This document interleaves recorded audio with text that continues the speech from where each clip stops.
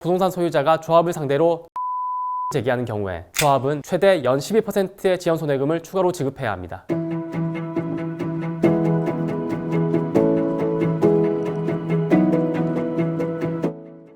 안녕하세요. 부동산 전문 변호사 나연호입니다.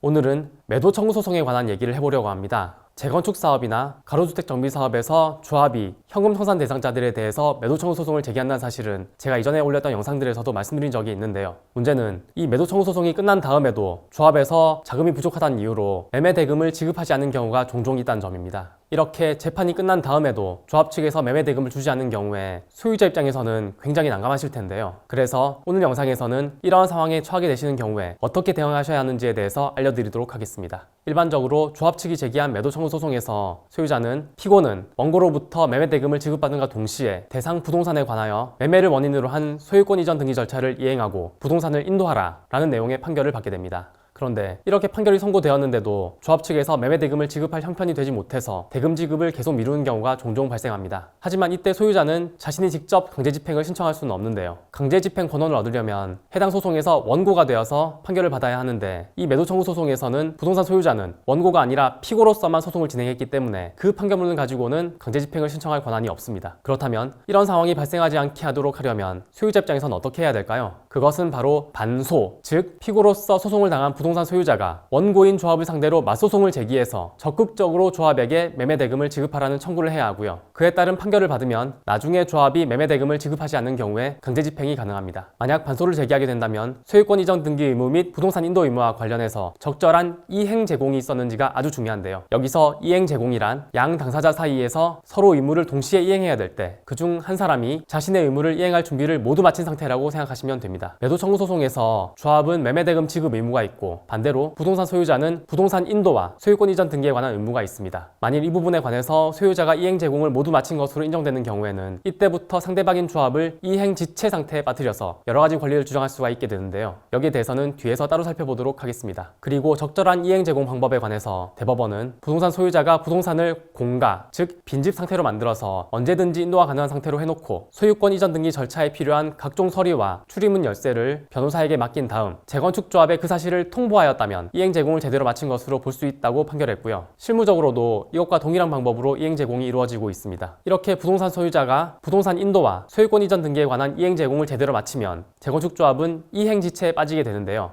이 상태에서 부동산 소유자가 조합을 상대로 적극적으로 매매 대금을 청구하는 내용의 반소를 제기하는 경우에 조합은 매매 대금에 더해서 최대 연 12%의 지연 손해금을 추가로 지급해야 합니다. 그리고 이 지연 손해금은 꼭 반소로 제기하는 경우만 인정되는 것은 아니고요. 일단 조합이 청구한 매도 청구 소송이 확정된 다음에 조합이 매매 대금을 지급하지 않는다면 그때 이행 제공을 하시고 새로운 소송으로 매매 대금을 청구하셔도 지급받을 수 있습니다. 여기에 더해서 매도 청구 소송이 확정된 다음 부동산 소유자가 이행 제공을 마쳤는데도 조합이 매매 대금을 계속 지급하지 않는다면 부동산 소유자는 조합의 이행지체에 따른 책임을 물어서 매매 계약을 해지할 수도 있습니다. 사실 매도 청구 소송을 처음 당하는 일반인이라면 여기에 대한 경험도 없고 법적 지식도 부족하기 때문에 소송에 제대로 대응하기가 쉽지 않고요. 대응을 하는 과정에서 실수를 해서 본인의 권리를 제대로 행사하지 못할 수도 있는데요. 매도 청구 소송은 단순히 사실관계를 다투는 일반 민사소송과는 다르게 특수한 법리가 적용되기 때문에 여기에 관한 경험이 많은 전문가와 함께 처음부터 꼼꼼하게 방향을 잘 잡아 나가시는 것을 추천드립니다. 저는 감정평가사 겸 부동산 전문 변호사로서 매도 청구 소송에 관한 경험을 많이 보유하고 있으니까요. 궁금한 점 있으신 분들은 주저하지 마시고 연락 주시기 바랍니다. 이번 영상 여기까지고요. 또 좋은 영상으로 찾아뵙겠습니다. 감사합니다.